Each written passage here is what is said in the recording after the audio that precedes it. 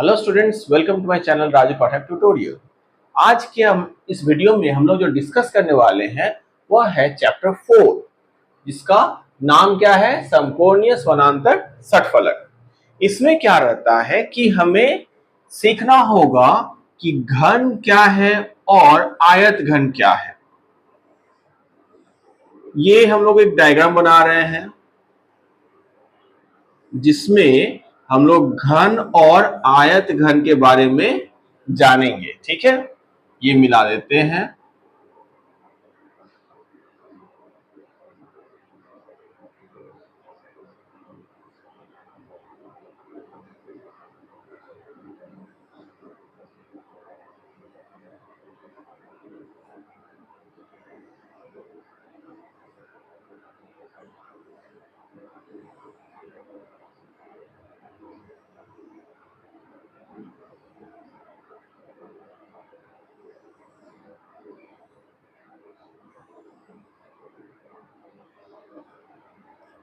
ये जो हम लोग डायग्राम बनाए, इसमें देखो क्या है, ध्यान से देखो।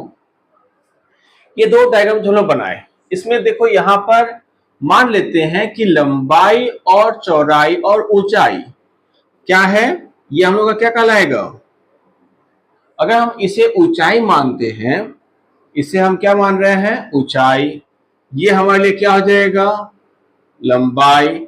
और ये जो भाग है, ऊपर का भाग, उसे हम क्या मान रहे हैं? चौड़ाई।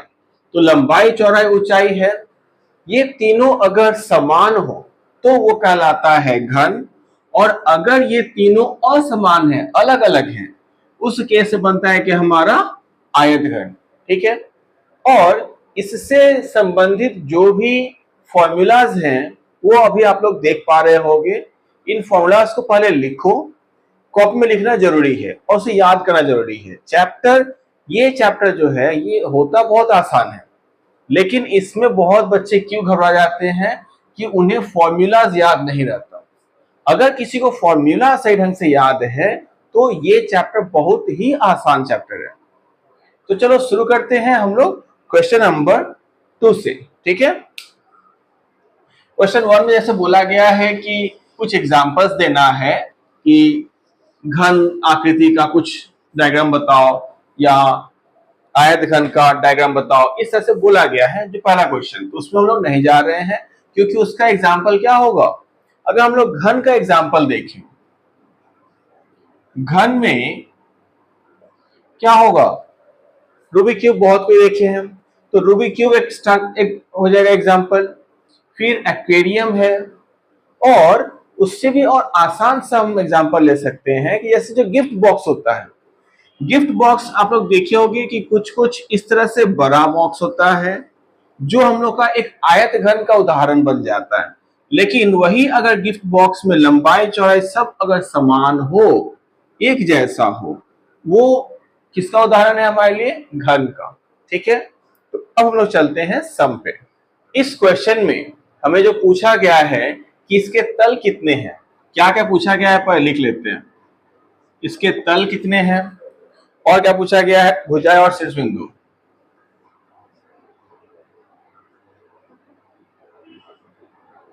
भुजाएं और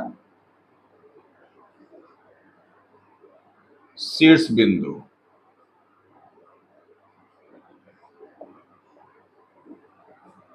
तो तल कितने हैं? तल कहलाता है कि ये ऊपर का एक भाग हो गया, एक ये भाग होगा 3, पीछे वाला 4, 5, 6, एक ऊपर का, साइड का, नीचे और इस साइड, चारों साइड हो गए। एक सामने फ्रंट का, एक पीछे का। तो कुल कितने तल हो रहे हैं हमारे पास? 6 तल हो गए। भुजा कितने हैं? भुजा किसे बोला जाता है? इसे बोला जाता है भुजा।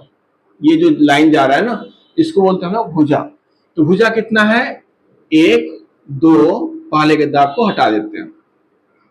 1, 2, 3, 4, ऊपर में है 4, फिर 5, 6, 7, 8, 9, 10, 11 और 12। कुल कितने भुजा हो रहे हैं? 12।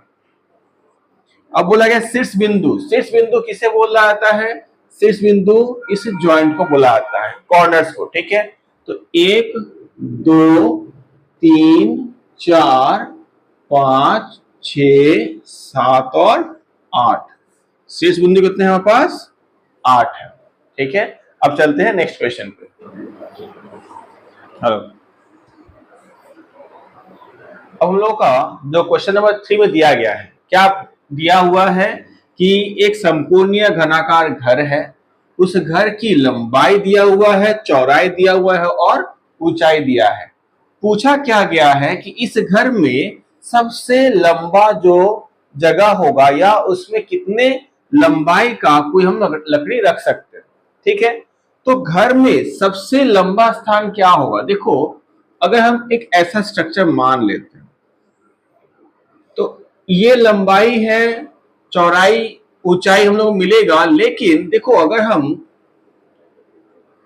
विकर्ण में अगर कोई सामान रखते हैं, अगर हम लकड़ी को क्या करेंगे, अगर विकर्ण की लंबाई में रखते हैं तो उस अवस्था में हमें सबसे ज्यादा लंबाई मिलेगा।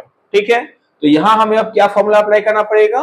विकर्ण की लंबाई। विकर्ण की लंबाई का फॉर्मूला क्या होता है? विकर्ण की लंबाई, विकर्ण की लंबाई फॉर्मूला हम लोग क्या पढ़े हैं? लंबाई स्क्वायर प्लस चौड़ाई स्क्वायर प्लस ऊंचाई स्क्वायर, ये हम लोग पढ़े हैं। हमें यहां पे क्या मिला है? 5 का स्क्वायर, फिर 4 का स्क्वायर और 3 का स्क्वायर, कितना हो जाएगा? 25, 16 और 9, जो कि देता है 25। कितना होगा? 25, 16 और 9, 9 और 16 और 9 की जोड़ने से कितना होता है? 25 और 25 50। ठीक है, यानी कि बाहर 5√2 मीटर। तो उस घर में सबसे लंबा जो होगा, हम कितना लंबा लकड़ी रख सकते हैं? 5√2 मीटर। ठीक है, अब चलते हैं नेक्स्ट क्वेश्चन पे। क्वेश्चन नंबर 4, इसमें क्या दिया गया है कि एक घन है जिसके एक तल का क्षेत्रफल कितना है? 64 मीटर स्क्वायर। एक तल का क्षेत्रफल, देखो क्षेत्रफल कैसे निकालते हैं? लंबाई गुने चौड़ाई या चौड़ाई गुने ऊंचाई। तो हमें क्या मिला है? ए स्क्वायर का वैल्यू दिया हुआ है और हमसे पूछा गया है आयतन निकालने के लिए। तो आयतन का फॉर्मूला हमें पता है, क्या होता है आयतन? आयतन होता है ए क्यूब। तो ए स्क्वायर अगर 64 है तो यहां से हम लोग ए को निकाल सकते हैं √64, जो कि 8 होता है, 8 मीटर्स। अब यहां पे हमें ए क्यूब निकालना है, यानी कि 8 का क्यूब निकालना होगा। 8 का क्यूब कितना होता है? चेक कर लेते हैं, वैसे तो होता है 512, बट देख लेते हैं। 64 इंटू 8, 8 4 जा 8 इंटू 4 करेंगे तो 2 आएगा 32 के लिए, कैरी 3, 48 और 3 51, 512 मीटर क्यूब।